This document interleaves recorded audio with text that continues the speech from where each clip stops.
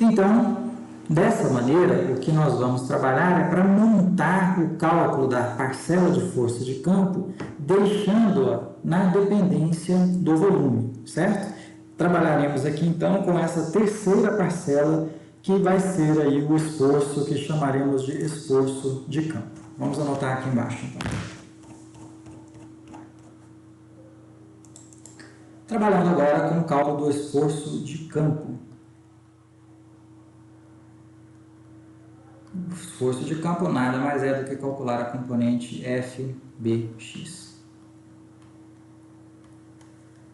Bom, seguindo então aquela nossa observação, nós vamos escrever essa FBX como sendo diretamente proporcional ao dx dy/dz, que é o devol. Certo? Então, a FBX ela vai depender do dx dy/dz.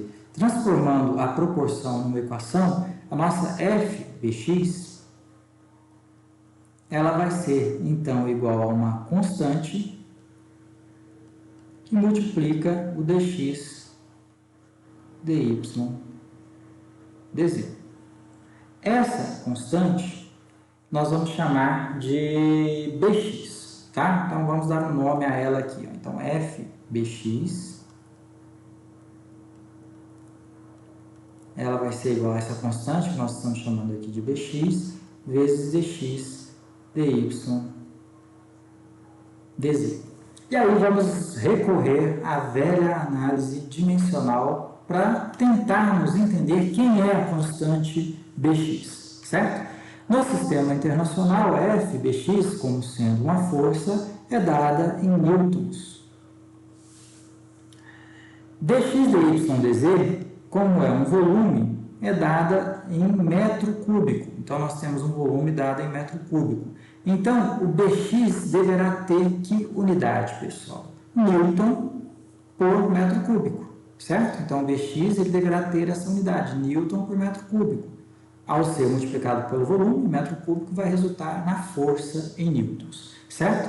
Então, esse termo Bx, ele será para nós, vamos deixar até anotado aqui, ó, essa constante Bx, ela vai ser, então, uma força de campo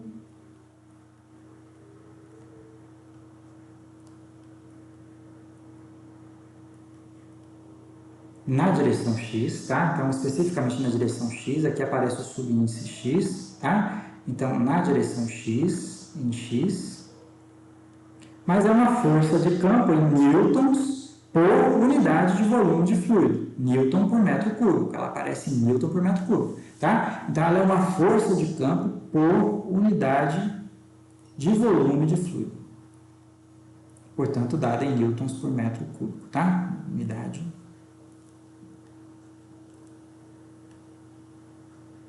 volume de fluido.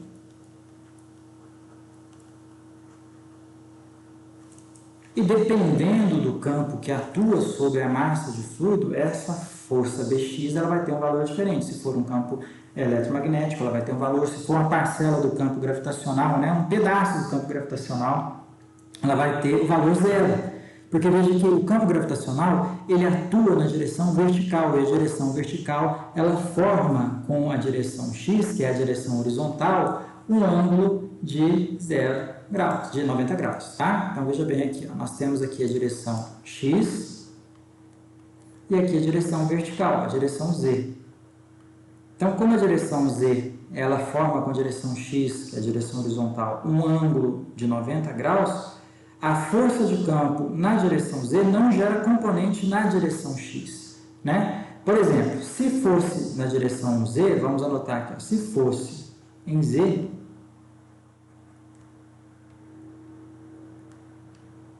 se estivéssemos trabalhando na direção z, nós teríamos ali um BZ, um componente de força por unidade de volume na direção z. Quem seria BZ, pessoal? Vamos lembrar aqui que também a nossa direção z, ela está orientada para cima, né? O valor positivo da direção z é orientado para cima. Aqui eu estou fazendo isso porque, de acordo com o começo das nossas demonstrações, veja que o eixo Z está orientado para cima, tá? Então, por isso que eu estou desenhando o eixo Z sempre orientado para cima, para ficar condizente com o que nós deduzimos ali desde o começo do equacionamento, tá? Então, só fazendo essa correção para mostrar que o eixo Z aqui ele é direcionado positivo para cima. Então, pessoal, quanto vale BZ? Quem é BZ? Quem seria, pessoal? Qual seria o campo gravitacional, já disse o nome, que atua na direção vertical? É o campo gravitacional, né? A aceleração da gravidade. Então, vai aparecer lá algo em Newton por metro cúbico, onde aparece a aceleração da gravidade. Esse algo é o peso específico do fluido, o gama, que é igual ao ρ vezes a aceleração da gravidade, certo? Então, quem seria BZ? Seria o gama, não exatamente o gama, porque veja que a força peso do elemento de fluido, ele atua para baixo, é vertical para baixo, certo? Então, o peso desse elemento de fluido é mg, que vai ser igual a gama vezes dvol, peso específico vezes o volume, tá? E como o peso é contrário à orientação inicial do eixo Z, o valor de BZ é negativo, porque o peso aponta no sentido contrário do eixo Z, certo? Então, se fosse na direção Z, essa força de campo por unidade de volume de fluido seria igual a menos o peso específico do fluido. Tudo bem, pessoal? Vamos usar esse conceito um pouco mais para frente, na semana que vem, quando trabalharmos com a equação da energia. Até aqui está tudo tranquilo? Bom, dessa maneira, então, nós conseguimos escrever aqui uma quarta equação, que é a equação que calcula aí o FBX. Uma equação que nós chamaremos aqui, então, de equação 4. E, de propósito, escrevemos a equação 4 multiplicada pelo volume, dx, dy, dz, para que a gente possa cortar todos os dx, dy, dz daqui em diante, certo? Dessa maneira, nós vamos retornar à equação 1, dizendo que a equação 1 ela vai ser igual à soma da equação 2 com a equação 3 e a equação 4, tá? Então, veja aqui que o fx é a equação 1, o f sigma x é o que nós chamamos de equação 2, o f tal x é a equação 3 e o f bx é a equação 4, certo? Então, nós vamos dizer que a equação 1 é igual à soma das equações de 2 até a equação 4, certo? Vamos anotar aqui, então. Retornando lá no começo das demonstrações. Então, vamos fazer aqui até um destaque, né?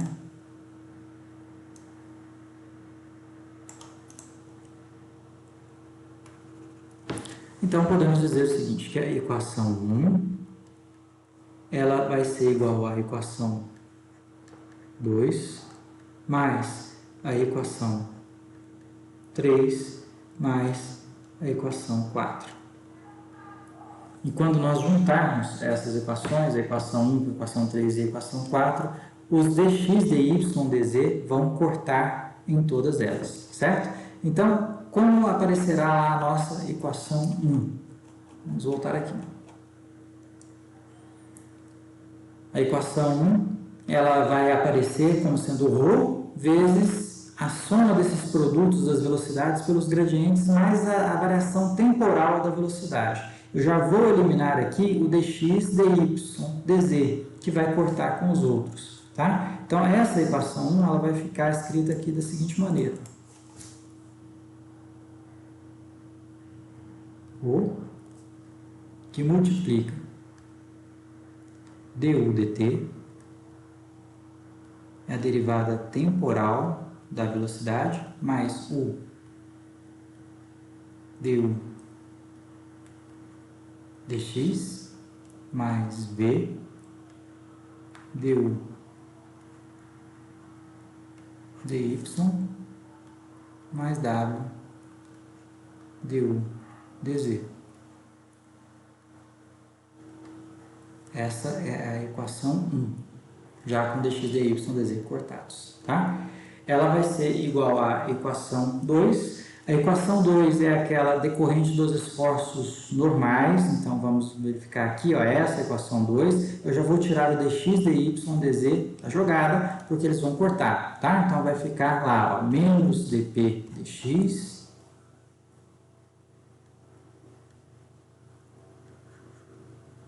estou escrevendo aqui com letra pequena, porque a equação vai ficar grande, menos dp dx mais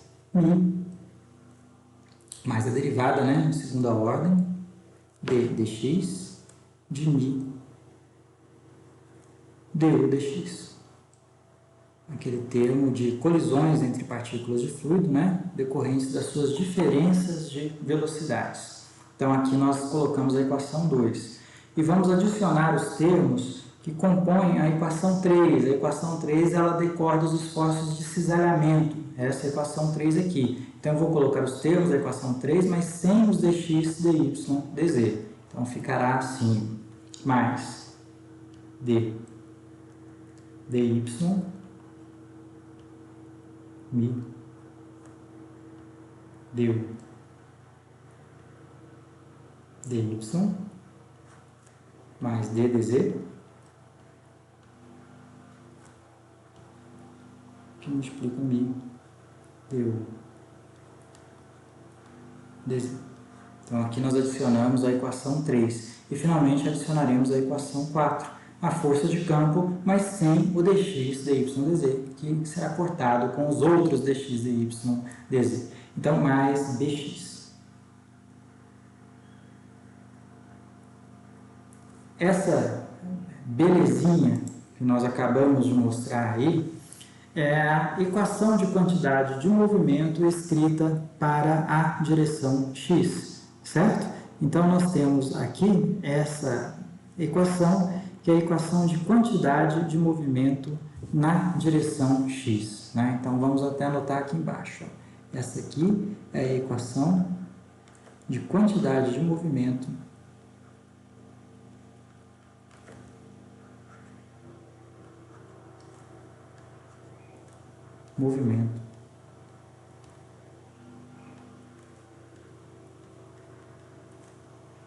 na direção x.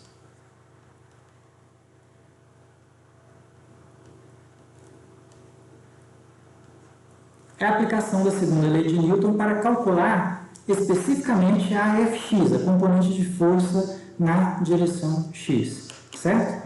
Essa equação que nós deduzimos aqui, ela pode ser aproveitada para a gente trabalhar também nas outras direções, na direção y e na direção z.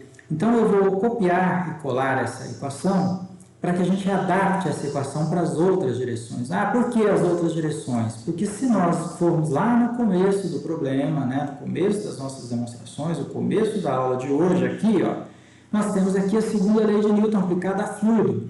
E a segunda lei de Newton calcula o vetor força resultante. E o vetor força, ele tem 3 componentes, uma em cada direção, na direção x, y e z, certo? Então, essa segunda lei de Newton escrita nessa forma vetorial, ela não é uma equação.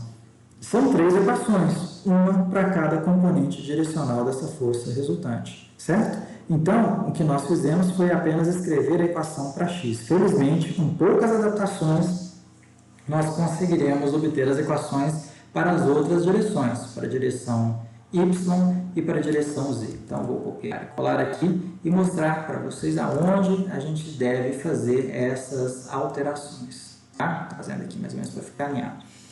A alteração na equação que será escrita agora, não para a direção x, mas para a direção y, agora para a direção y, é no lugar das velocidades que aparecem dentro das derivadas, a gente colocar as velocidades naquela direção específica, por exemplo, na direção y. Tá? Então, eu vou até mudar a cor aqui, para deixar claro essas mudanças. Então, aqui no lugar do U, nós vamos colocar o V.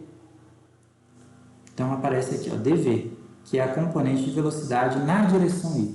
Tá? mas apenas nas velocidades que estão dentro das derivadas. Nós não alteramos as velocidades que estão fora das derivadas. Então, essa velocidade aqui que aparece dentro da derivada, em vez de ser u, ela passa agora a ser v, dv dx. Tá? Deixa eu até colocar aqui o cinza para ficar melhor aqui. Essa velocidade aqui, que também aparece dentro da derivada, né? Ela aqui seria até w, hein, pessoal? Só fazendo uma correção aqui, ó, se nós observarmos aqui a equação de cima, u, v e w. Aqui está certo. Aqui é a velocidade u mesmo, né? Nós estamos trabalhando na direção x, tá? Então, só aqui na derivada, a gente vai substituir, nesse caso, todos os u's por v's, porque estamos trabalhando na direção y. Então, aqui, em vez de ter o u, vai aparecer o valor de v, velocidade na direção y. E aqui, com essa derivada também, em vez de ter o u, vai aparecer o v. Só apagar aqui. Velocidade v. Tá? Se olharmos o segundo membro, nas derivadas também nós vamos fazer os mesmos tipos de substituições. Então, eu vou apagar essa u, vou apagar essa u e vou apagar essa u. E colocar no lugar dessas velocidades u, a velocidade v. Então, aparece aqui a velocidade v, aqui a velocidade v e aqui a velocidade v. Aqui está dividido. Bom, lá na força de campo, vai aparecer a força de campo na direção considerada, que aqui agora é a direção y. Então, aparece agora by, certo? E, enfim, mais uma modificação. Veja que é em relação ao gradiente de pressão dinâmica, variação de pressão no espaço. Essa variação de pressão no espaço, ela aparecia na direção x, agora ela deverá aparecer na direção y, certo? Então, nós temos aqui um gradiente de velocidade na direção y. Então, são essas as diferenças da equação de quantidade de movimento na direção y para a equação de quantidade de movimento na direção x. E temos ainda a equação de quantidade de movimento na direção vertical, né? A direção que chamamos aí de direção z. Dessa maneira, a gente vai compor aí as três equações de quantidade de movimento. Então, aqui nós vamos trabalhar agora com a direção z, que é a direção vertical, certo?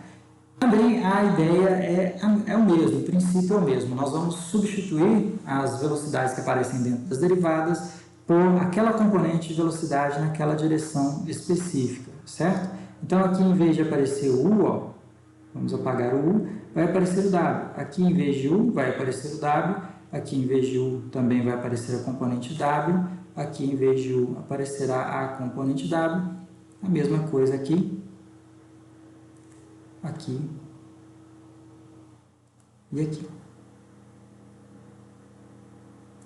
Então, aqui vai aparecer a componente de velocidade na direção vertical. Chamamos ele de W, né? Aqui W. Aqui W. Aqui e aqui. A força de campo, que antes apareceria na direção X, agora aparece na direção Z, a força de campo na direção Z. Vamos lembrar que essa força de campo na direção Z é o campo gravitacional no caso. Então, o BZ vale menos o gama, certo? Então, esse valor aqui ele vai corresponder a menos o peso específico do fluido, considerando a atuação do campo gravitacional na direção Z, direção vertical.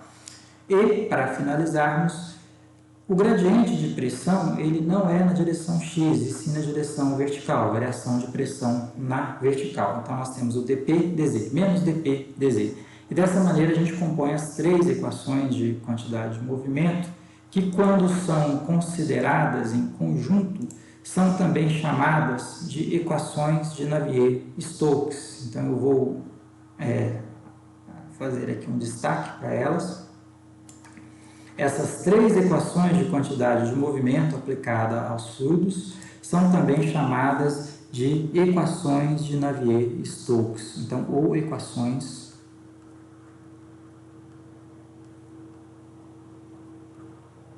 de Navier-Stokes. posso até afirmar, pessoal, que pensando na mecânica dos fluidos como uma ciência, né, a ciência mecânica dos fluidos, não como uma disciplina que nós estamos fazendo, mas como uma ciência, né? Essas são as equações mais importantes dessa ciência da mecânica dos fluidos. As equações de Navier-Stokes, um conjunto de equações diferenciais parciais que representam as equações de quantidade de movimento, ou a segunda lei de Newton aplicada a elementos infinitesimais de fluido. Essas equações, conforme vocês podem ver, são feias, né? Assustam, né? E muito embora o nosso desenvolvimento para chegarmos nessas equações não tenha passado da segunda lei de Newton e da aplicação da lei de viscosidade de Newton. Então, de conceitos que teoricamente nós já conhecemos, certo? Então, da onde que nós chegamos? Força igual a massa vezes aceleração. E em determinado ponto aplicamos tal igual a μ devido a y, né? Aplicamos ali a lei de viscosidade de Newton. Então, foi simplesmente um ato de trabalhar com essas equações.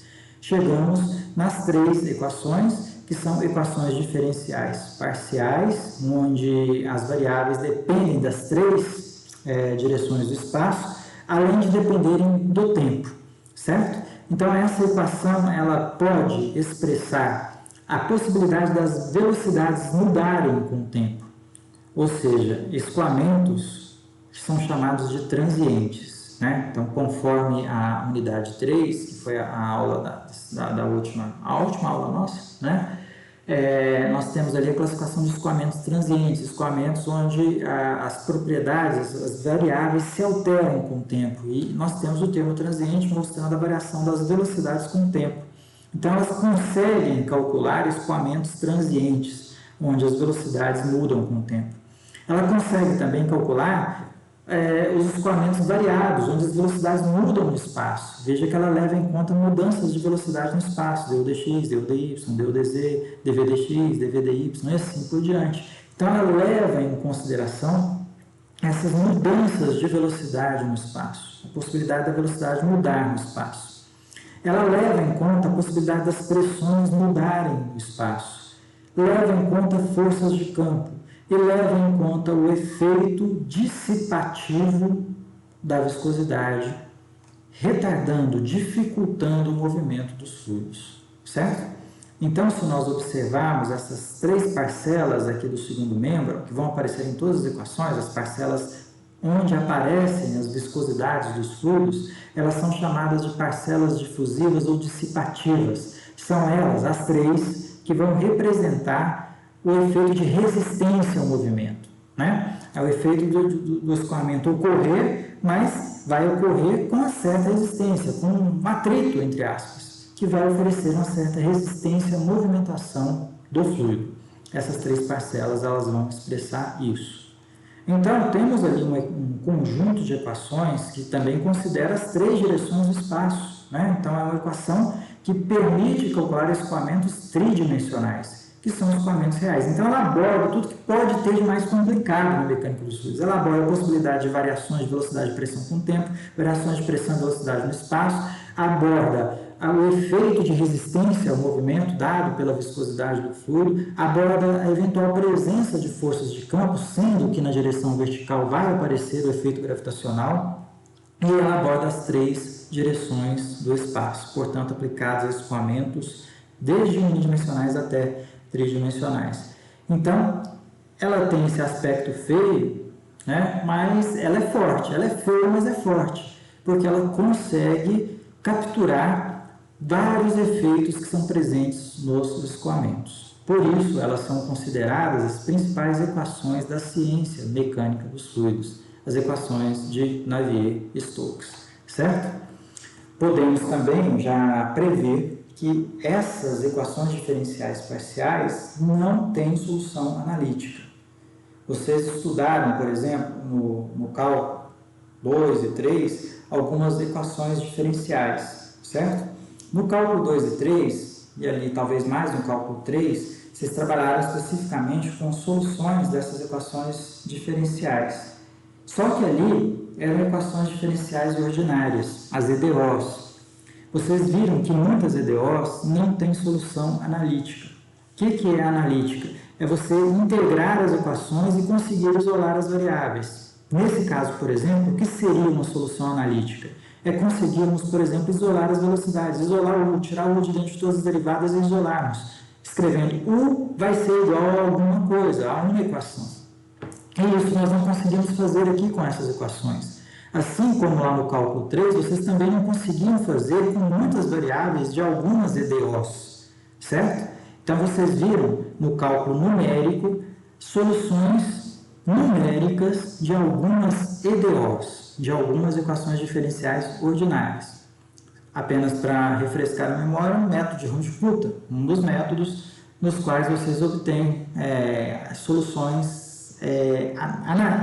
numéricas aproximadas, portanto, para EDOs. Só que a solução numérica, ela depende de cálculo computacional. Você precisa, no mínimo, de um Excel, não é verdade? Para conseguir solucionar numericamente uma equação diferencial ordinária. Né? No mínimo, um Excel. Né? E a mesma coisa, pessoal, logicamente, de uma forma muito mais agravada, vai acontecer aqui com as equações de Navier-Stokes, que são muito mais complicadas que as EDOs. Elas são EDPs, equações diferenciais parciais, certo? Então, essas equações de Navier-Stokes, essas três equações de Navier-Stokes, que somadas à equação da continuidade, compõem as equações que regem o movimento dos fluidos, elas não têm solução analítica. Nós não conseguimos isolar essas variáveis, velocidade e pressão, para calculá-las, para a maioria das aplicações práticas, certo?